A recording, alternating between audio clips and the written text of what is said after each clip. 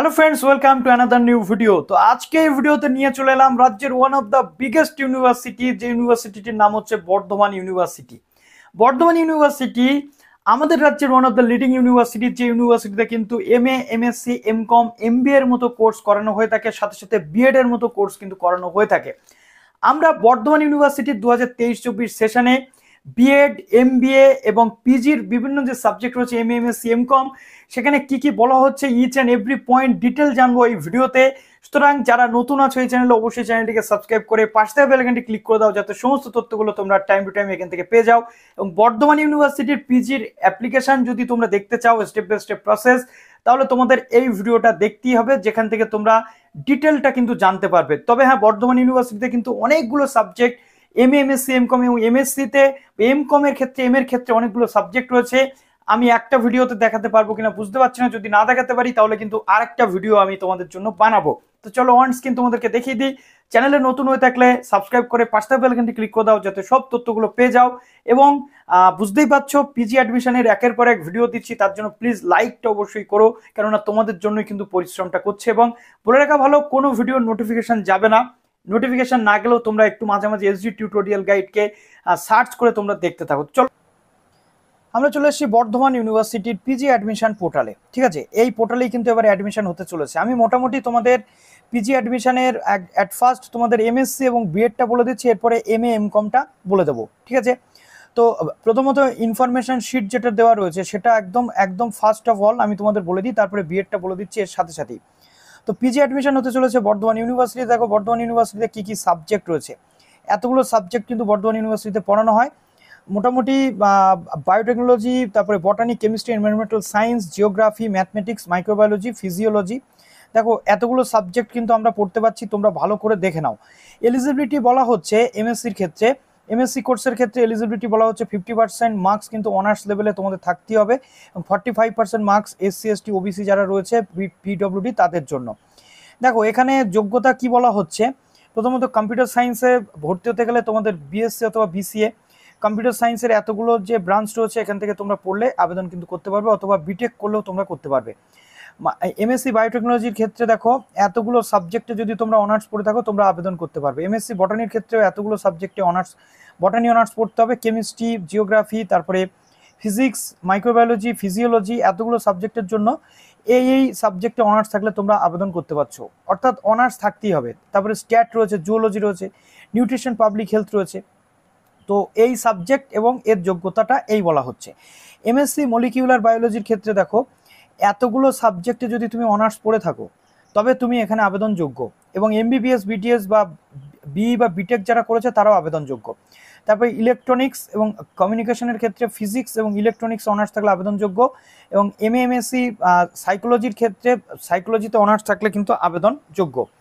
তারপর রয়েছে দেখো এখানে এমএসসি ইন এনভায়রনমেন্টাল সায়েন্স, এতগুলো সাবজেক্টে যদি তুমি পড়ে থাকো অনার্স, তুমি আবেদনযোগ্য, একটু ভালো করে পড়ে নিচ্ছ তোমরা। তারপর রয়েছে এমএসসি জিওস্পাশিয়াল সায়েন্স, এতগুলো সাবজেক্ট রয়েছে, এই কটা সাবজেক্টে অনার্স থাকলে তুমি আবেদনযোগ্য। ভিডিওটা যাতে বড় না হয় সেজন্য আমি জাস্ট এইভাবেই তোমাদেরকে দেখিয়ে যাচ্ছি, যাতে তোমাদের বুঝতে সমস্যা না হয়। নেক্সট দেখো মেন পয়েন্টগুলো বলছি, কিভাবে সিলেকশন হয়। এখানে এন্ট্রান্স হচ্ছে না, র্যাঙ্ক লিস্ট যেটা প্রিপেয়ার করা হবে সেটা হচ্ছে 50% অনার্সের পার্সেন্টেজ, 30% রয়েছে উচ্চ মাধ্যমিকের থেকে নেওয়া হবে, এবং 20% রয়েছে মাধ্যমিকের থেকে। ঠিক আছে, এবং আদার সাবজেক্ট যেগুলো মাল্টিডিসিপ্লিনারি, কি মাল্টিডিসিপ্লিনারি সাবজেক্ট সেটা বলে দিচ্ছি। 80-20 রেশিওতে সেখানেও কিন্তু অ্যাডমিশন প্রসেস হতে চলেছে। নেক্সট দেখো র্যাঙ্ক লিস্ট মাধ্যমিক ধরে বা অন্যান্য যেগুলো রয়েছে 80-20 রেশিওতে অ্যাডমিশন এখানেও কিন্তু হতে চলেছে। এবং দেখো মাল্টিডিসিপ্লিনারি যে সাবজেক্টগুলো রয়েছে সেখানে ইকুয়াল গ্রেড পয়েন্ট অনুযায়ী ভর্তি হবে, অনার্সের যে পার্সেন্টেজ সেই অনুযায়ী তোমাদের ভর্তি হতে হবে। এমএসসি এনভায়রনমেন্টাল সায়েন্সের ক্ষেত্রে বা এখানে একটু অন্যরকমভাবে যে বিষয়গুলো বলা রয়েছে, যেটা হচ্ছে এমএসসি এনভায়রনমেন্টাল সায়েন্স নিয়ে যারা পড়তে চাইছে তাদের একটু 60% সিট থাকবে বর্ধমান ইউনিভার্সিটির অ্যাফিলিয়েটেড কলেজে যারা অ্যাডমিশন নিয়েছে তারা, এবং 40% থাকবে আদার ইউনিভার্সিটি বা আদার রিলিভেন্ট যারা রয়েছে তারা। বায়োটেকনোলজির সিট যেগুলো রয়েছে দেখো এগুলো রয়েছে মাল্টিডিসিপ্লিনারি কোর্সেস। তো প্রথমে স্টেজ অফ অ্যাডমিশন, প্রথমে একটা ব্রড লিস্ট আসবে, তারপরে সেই লিস্টে যদি কোনো ভুল হয় সেটা ঠিক করতে হবে, তার পরবর্তীতে তোমাদের অ্যাডমিশন লিঙ্ক কিন্তু আসবে। শিডিউল কাস্ট, শিডিউল ট্রাইবদের জন্য ব্যবস্থা রয়েছে, ডিফারেন্টলি অ্যাবেল স্পোর্টস কোটাও কিন্তু এখানে রয়েছে। এবার দেখো টোটাল খরচ কোন কলেজে কি কি সাবজেক্ট পড়ানো হয়ে থাকে। চন্দননগর গভর্নমেন্ট কলেজ যেখানে জিওগ্রাফি পড়ানো হয় 1625 টাকা টোটাল খরচ। তারপরে রয়েছে তোমাদের হুগলি মহসিন কলেজ, ঠিক আছে, এখানে এরকম যে খরচ রয়েছে সাবজেক্ট ওয়াইজ একটু দেখতে পাচ্ছ। বিবেকানন্দ কলেজ, বিবেকানন্দ বিদ্যালয় বর্ধমান রয়েছে, কেমিস্ট্রির খরচা সিউড়ি বিদ্যাসাগর কলেজ। এবং ইউনিভার্সিটির যে ক্যাম্পাস সেখানে এই কটা সাবজেক্টের এই চার্জ কিন্তু হয়ে থাকে, এই চার্জ কিন্তু হয়ে থাকে এখানে মোটামুটি যেমন যে অ্যাডমিশন ফিস সেটাই বলা হচ্ছে। এবার centre and course wise intake distribution, কোন কোন জায়গাতে সিট কত কত রয়েছে সেটা একটু তোমাদের এখান থেকে দেখে নিতে হবে। কলেজ এবং ইউনিভার্সিটি ওয়াইজ কিন্তু বলা রয়েছে। তো এতগুলো বলতে গেলে সমস্যা। দেখো এখানে শর্ট ফর্ম, ধরো এই যে একটা জায়গা রয়েছে HMC, আমরা কি করে বুঝবো HMC মানে কি? HMC মানে হচ্ছে Hooghly Mohsin college, university campus এবং সিউড়ি বিদ্যাসাগর কলেজ এবং চন্দননগর গভর্নমেন্ট কলেজ, এরকমভাবে কিন্তু পুরো জিনিসটা রয়েছে।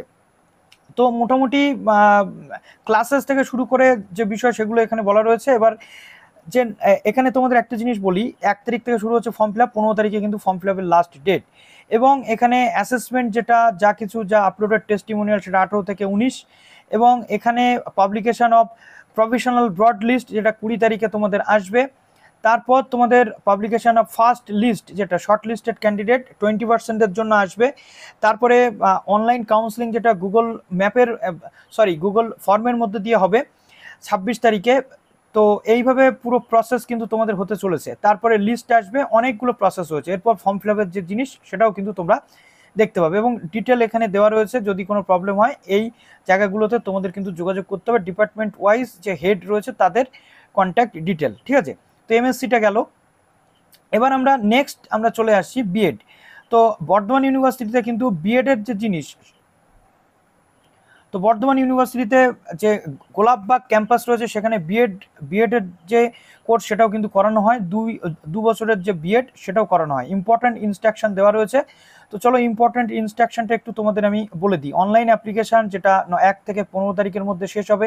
ক্যান্ডিডেটদের বলা হচ্ছে এখানে এলিজিবিলিটি ক্রাইটেরিয়া ফুলফিল করতে এবং এখানে এই যে ডকুমেন্ট সেগুলো লাগবে, passport size photograph, scan copy, signature, admit card, তারপরে মার্কশিট, সমস্ত এই জিনিসগুলো কিন্তু তোমাদের লাগবে, ঠিক আছে। তারপর যদি কোনো প্রবলেম হয় এই যে জায়গাগুলো রয়েছে এখানে, এবং লিঙ্ক অফ অনলাইন অ্যাপ্লিকেশান, এই অনলাইন অ্যাপ্লিকেশানের যে লিঙ্ক সেটা কিন্তু এখানে দেওয়া রয়েছে। আমি এই লিঙ্কগুলো ওপেন হলে তোমাদেরকে দেখিয়ে দেবো। নেক্সট এবার আমি ইনফরমেশান শিটটা একটু তোমাদেরকে দেখিয়ে দিই যে বর্ধমান ইউনিভার্সিটিতে কি বলা হচ্ছে ইনফরমেশান শিট। তো প্রথমত দেখো এখানে যেটা বলা রয়েছে, অ্যাপ্লিকেশান তো 1 থেকে 15 তারিখের মধ্যে চলবে। দেখো এখানে বলা হচ্ছে অটোমেটিক্যালি অনলাইন সাবমিশন ফর্ম, যেটা candidate engaged in any other course, অন্য কোনো course, job, full time research work, এই সমস্ত কোর্সে যদি তোমরা ভর্তি থাকো তাহলে কিন্তু তোমরা অন্য কোনো স্ট্যাটাসে থাকলে তোমরা আবেদন করতে পারবে না। অনেকে জিজ্ঞেস করো, দাদা আমরা কি বর্ধমান ইউনিভার্সিটি বা অন্য কোনো ইউনিভার্সিটিতে B.Ed এর সাথে তো অন্য কোনো কোর্স করতে পারবো কিনা? একদমই পারবে না, যেটা এখানে বলা হয়েছে। তো দেখো এখানে টোটাল এজ লিমিট এখানে কিন্তু 5 বছর এবং 7 বছর যেমন যা রয়েছে। অনলাইন অ্যাপ্লিকেশান টোটাল 50টা সিট, ডেপুটেটদের 3, ফ্রেশারদের জন্য রয়েছে 47, বর্ধমানের ক্যান্ডিডেটদের জন্য রয়েছে 38 এবং আদার ইউনিভার্সিটিদের জন্য রয়েছে কিন্তু 9টা। ডেপুটেটদের জন্য UR থেকে শুরু করে সবগুলো রয়েছে। দেখো এবার সাবজেক্টগুলো বলি, এখানে শুধুমাত্র কিন্তু সায়েন্স পড়ানো হয়, লাইফ সায়েন্স, বটানি, ফিজিওলজি, তারপরে environmental education, biotechnology, microbiology, physical science, তারপরে ফিজিক্স, ইলেকট্রনিক্স, ঠিক আছে, কেমিস্ট্রি, বায়োকেমিস্ট্রি, ম্যাথমেটিক্স গ্রুপের মধ্যে রয়েছে ম্যাথমেটিক্স, স্ট্যাটিস্টিক্স, কম্পিউটার সায়েন্স, তারপরে computer application, computer science, engineering এবং টেকনোলজি, এই কটা সাবজেক্ট রয়েছে। তারপর দেখো candidate of life science will be selected on the basis of the highest grade point considering all subject, অর্থাৎ এখানে মোটামুটি মেরিট বেসিস অ্যাডমিশন তোমাদের কিন্তু হতে মোটামুটি চলেছে। এবং দেখো যেমন যা রুলস রয়েছে 50% বোথ এবং ডেপুটেড ফ্রেশার বা বোথ প্রত্যেকের গ্র্যাজুয়েশন অথবা মাস্টার্সে 50% এবং ইঞ্জিনিয়ারিং ফিল্ড থেকে থাকলে 55% নাম্বার দরকার। 5% রিল্যাক্সেশন পাবে SC/ST-রা থাকলে তোমরা কিন্তু আবেদন করতে পারবে। এখানে 30 জুন অনুযায়ী 38 বছরের মধ্যে বয়স হতে হবে, 5 বছরের রিল্যাক্সেশন SC/ST-রা কিন্তু পেয়ে যাবে। রিজার্ভেশন যেমন যা রয়েছে এবং 80-20 রেশিওতে কিন্তু ভর্তি তোমাদের হবে। অ্যাভেবিলিটি অফ মেথড সাবজেক্ট কিন্তু এখানে বলা রয়েছে, সেই মেথডগুলো একটু তোমরা দেখে নিচ্ছ। তো হোস্টেল মোটামুটি যেমন যা রয়েছে লাইফ সায়েন্স গ্রুপের মধ্যে ফ্রেশার ক্যান্ডিডেটদের সমস্ত কিছু। এবং দেখো অ্যাডমিশন ফিজ এখানে কত বলা হচ্ছে, অ্যাডমিশন ফিস বলা হচ্ছে তোমাদের ডেপুটেডদের জন্য 12,230 এবং ফ্রেশারদের জন্য 4,530 অ্যাডমিশন ফিস, এবং প্রত্যেকটা সেমিস্টার ওয়াইজ এরকম কিন্তু হবে। তো ফার্স্টে তোমাদের যে লিঙ্ক আসবে কাউন্সিলিংয়ের জন্য সেটা 20 তারিখ, এবং ডিটেল সমস্তটা আমি দেখিয়ে দিচ্ছি তোমাদের আছে কিনা। তো দেখো অ্যান্টি র্যাগিংটা কিন্তু এবার খুব ইম্পর্টেন্ট করে বলে দেওয়া হচ্ছে। তো দেখো এবার বর্ধমান ইউনিভার্সিটির যে ডিটেল সেটা বলে দিয়েছে, 1 তারিখ থেকে 15 তারিখ পর্যন্ত form fill up, provisional broad list আসবে 20 তারিখ, এবং অনলাইন কাউন্সিলিং নোটিশ আসবে 20 তারিখ। B.Ed এর ক্লাস শুরু হবে 10/10, অর্থাৎ এর মধ্যেই বাদবাকি নোটিশ আরও আমরা পাবো, এবং পেলে তোমাদের আমি বলে দেবো, ঠিক আছে। তো এইভাবে পুরো প্রসেস হতে চলেছে। এরপরে MA এবং MCOMটা নিয়ে খুব শীঘ্রই চলে আসি। Best of luck.